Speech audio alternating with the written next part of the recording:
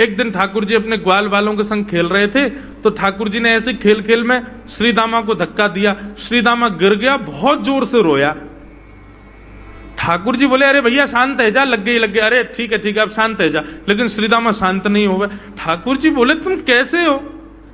गोकुल में रह में हम। गोकुल को मतलब है जहां हर घर में 1000 गैया, उसका नाम है गोकुल।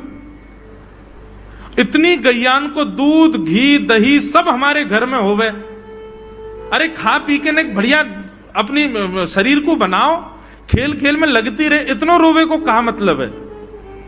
तो श्रीदामा क्रोध में भर के बोला, तू तो राजा को बेटा है लाला, तो को मक्खन खावे को मिले, घी खावे को मिले, दही पीवे को मिले। हम लोग तो बेचारे गरीब ब्रजवासी हैं। हम लोग जितना दूध घी दही बना में सब कंस के लोग ले जा में हमारे यहां से। कंस ने ब्रजवासीन के ऊपर कर लगा रखो है, टैक्स लगा रखो है। कहा कि प्रत्येक ब्रजवासी को इतनो मटका भर के घी दूध दही सब मथुरा भेजना पड़े, हम लोग घर में ना रख सकें। क्योंकि कंस के सिपाही जब आके हमारे घर की तलाशी करें, यदि इतने मटका हमारे घर को प्रसारित हैं, वहां से ज्यादा यदि हमारे घर में मिल गए तो मृत्यु दंड होगा हमारा। कंस ने पूरे ब्रजवासियों को कह रखा है कि हर घर में 4 मटकी से ज्यादा नहीं होनी चाहिए। उससे अधिक आने वाला दूध घी दही ये सब मथुरा भेजना है। और यहां हर ब्रजवासी के यहां 1000 गैया, और 1000 गैयाओं का जितना दूध घी दही होता है उसमें से 4 मटकी केवल घर में रहती हैं, बाकी सब मथुरा भेजना पड़ता है। या हमारे लाला हम लोगन को खावे पीवे को ना मिले, तू तो राजा को बेटा है, तेरे नंद बाबा तो कुल के राजा हैं, या हमारे तो को तो खूब छूट है, हम लोगन को छूट ना है। ठाकुर जी बोले, ये बात है? बोले हाँ। ठाकुर जी बोले, मेहनत करें हम, गैया को पाले हम, गैया को घास खवा में हम, गैया की सेवा करें हम, और दूध पीवे को वो राक्षस कंस। अब तो मैं छोटा हूं, मेरी बात कोई मानेगा नहीं, लेकिन प्रलय तो अब तक लानी पड़ेगी। और कैसे लाएंगे? बोले, राजी राजी यदि मक्खन दूध दही नहीं मिल लो तो चोरी करके खाओ। हमारो ही मक्खन है, हमारो ही दूध है, हमारो ही दही है, लेकिन अभी हम बालक हैं, हम ज्यादा कछु बोलेंगे हमारी कोई बात मानेगो ना। लेकिन ये सद वस्तु को पात्र के हाथ में नहीं जानी चाहिए। राजी राजी नहीं मिलता तो चोरी करके खाओ। जब कर देवे को नंबर आवेगो तो सब पूछेंगे, भाई कहां गए हो मक्खन दूध दही? बोले घर में तो है ना। बोले तो कहां गए? बोले चोर चोरी कर ले गए। और यही भाव से हम ब्रजवासी को खावे पीवे को मिला करेगो।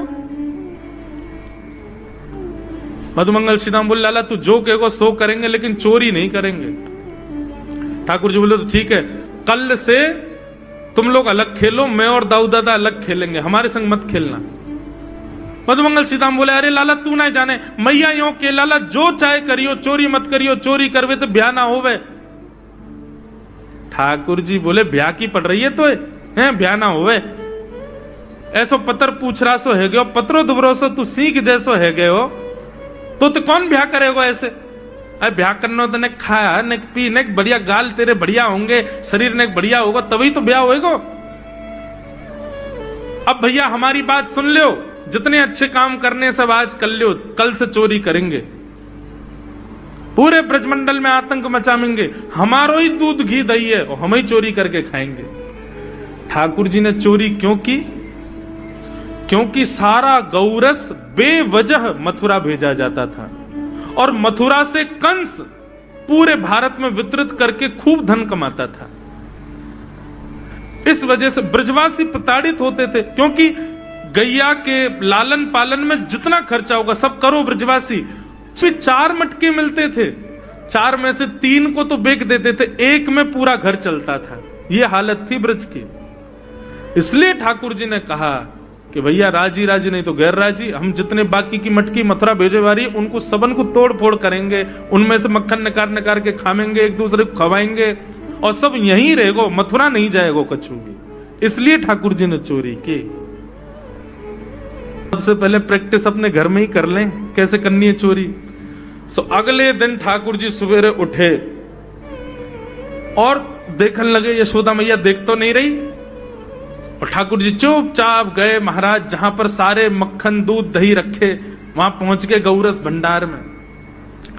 और गौरस भंडार में एक मटकी के ऊपर से ढक्कन हटाए करके जैसे ही ठाकुर जी ने हाथ बोर के पानो प्रारंभ किया, सामने एक खंबा था, उसमें मणि लग रही थी। आज पहली बार 3.5 वर्ष की आयु में ठाकुर जी ने अपना प्रतिबिंब देखा।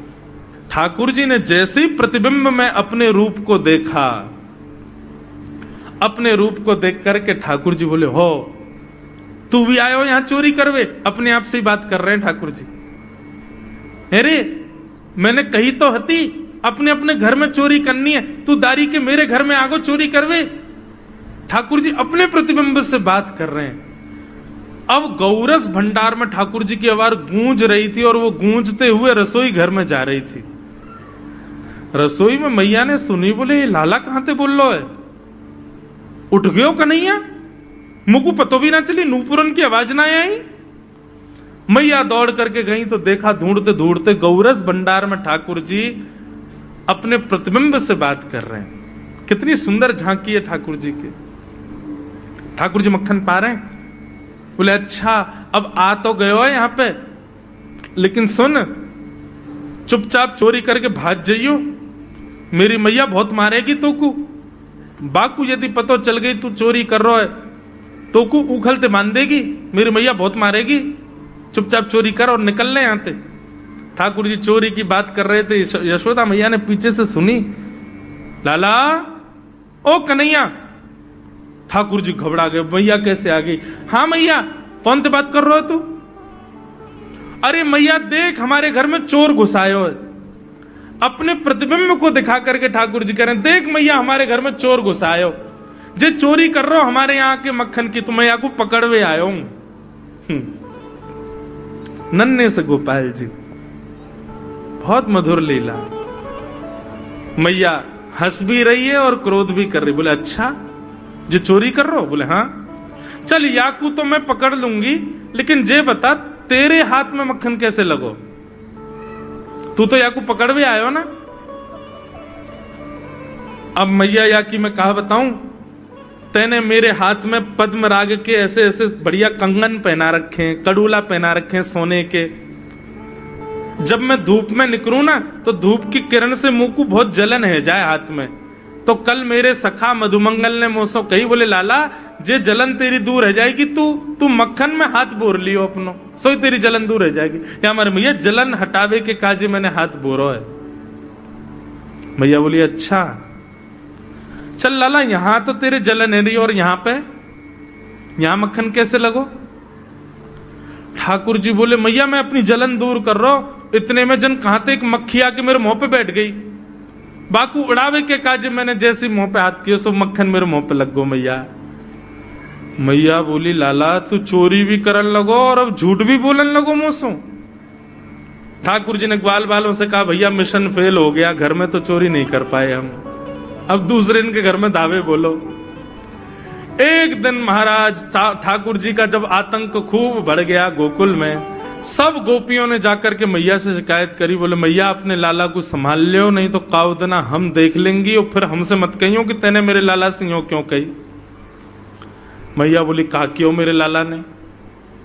गोपी बोली ये बस सुन लो और यूं बताइयो कहा ना करे तुम्हारो लाला। देख वे मैं 3.5 बरस को है, बाकी पेट में इतनी बड़ी बड़ी दाढ़ी है, बाकी मतलब बलवान है कि सब जानकारी है या कुछ छोटो बालक मत समझियो। गोपियों ने जाकर के अपनी अपनी दुख दर्द सुनाए मैया को। मैया बोली अरे भैया मेरे लाला को मक्खन की कोई कमी थोड़ी है, मेरे लाला को दूध की कोई कमी थोड़ी है। मेरो लाला चाहे तो मक्खन से नहावे, दूध में नहावे, इतना मक्खन दूध दही मेरे घर पे, तुम्हारे यहां क्यों चोरी करेगो? अरे कई बार बालकन को अपने घर को भोजन बढ़िया ना लगे, दूसरे के घरन को बढ़िया लगे, अगर बार ने तुम्हारे यहाँ की नेकात मक्खन खा लियो तो वहां इतना रो क्यों रही हो? मैया आपको अपनो लाला बहुत सीधो लगे ना, हम बताएं कहा करे तुम्हारो लाला?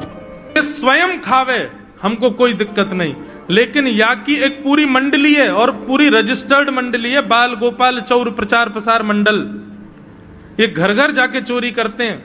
और मैया तुम्हें कहा बताऊं, जैसे ही कोई गोपी के नयो बालक होवे ना, तो तुम्हारो लाला पूरे मंडल के साथ आवे और वह लाला के सिर पे हाथ धर के, छोटे से बालक के सिर पे हाथ धर के बस 1 वर्ष की प्रतीक्षा, फिर तुम भी हमारी मंडली में आ जाओगे।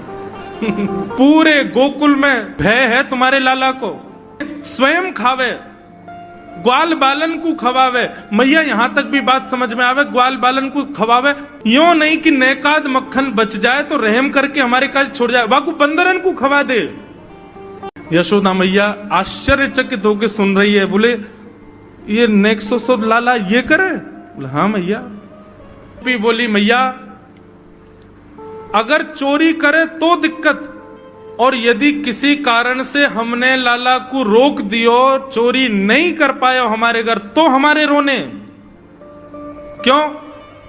बोले चूल्हा में ते कोयला लेके आवे और वह घर के बाहर हवा बना जाए, और यूं के अब जब तक या घर से मक्खन नहीं मिलेगा या के घर के लोग भूखे रहेंगे, और इन लोगों को भोजन छुड़वाने की जिम्मेवारी हमारी। बोले कहा करे फिर? बोले मैया भोजन बनना होगा, चूल्हे पे भोजन रखो रे, तो ग्वाल बाल सब ताकते रहे कब भोजन बनने को समय आवेगो। जैसे ही कछु और काम करवे के काजे गोपी ने कुट के जावे, तो कहो तो बाकी कढ़ैया में खूब सारो पानी डाल जाएंगे, सब्जी ना बन पावेगी, आटे में नमक फेंक जाएंगे। ये बात जैसे ही यशोदा मैया ने सुनी, बोले नहीं नहीं नहीं नहीं, झूठ बोल रही हो, मेरो लाला ऐसा ना कर सके।